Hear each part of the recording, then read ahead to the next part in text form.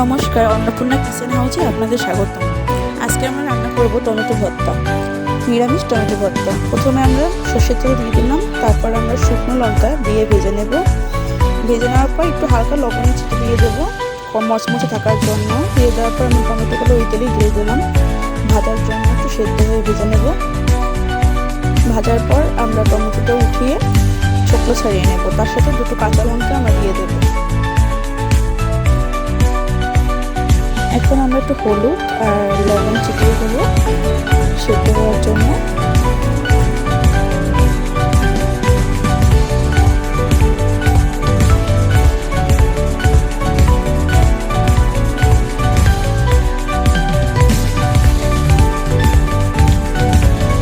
দেওয়ার পর যখন সেদ্ধ হয়ে যাবে আমরা দুটো কাঁচা লঙ্কা দিয়ে দেবো।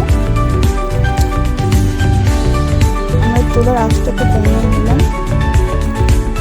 দুটো কাঁচা লঙ্কা দিয়ে দেওয়ার পর কাঁচা লঙ্কাটা খুব ভাজা হয়ে যাবে। এখন আমরা টমেটো উঠিয়ে নেব, উঠিয়ে দেখবো যে ভাজা হয়েছে কিনা। আমাদের ভাজা হয়ে গেছে।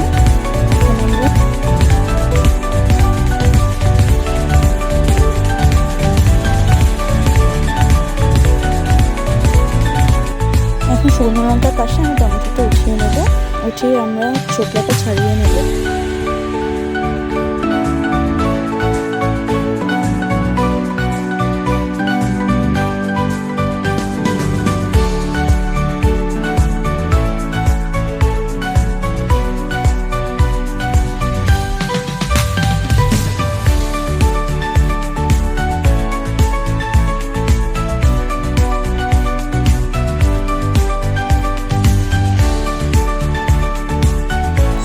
এখন আমরা একটু নুন দিয়ে নেব।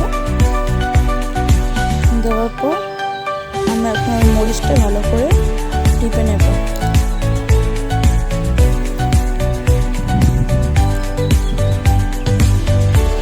টিপে নেওয়ার পর ভালো করে কষিয়ে নিতে হবে। টমেটোটা আমরা ছিঁড়ে নেব।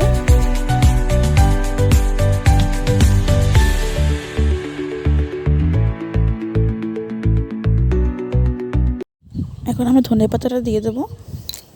ধনেপাতা দেওয়ার পর আমরা কড়াইতে একটু সর্ষের তেল দেবো, একটু নাড়াচাড়া করার জন্য, জলটা জানি চুষে খেয়ে নেয়।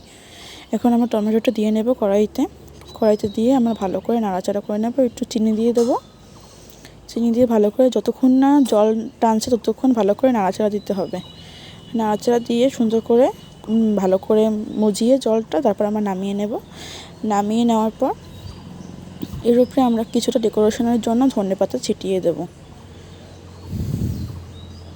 এই তো ধনেপাতা ছিটিয়ে দিলাম ডেকোরেশনটা সুন্দর দেখানোর জন্য।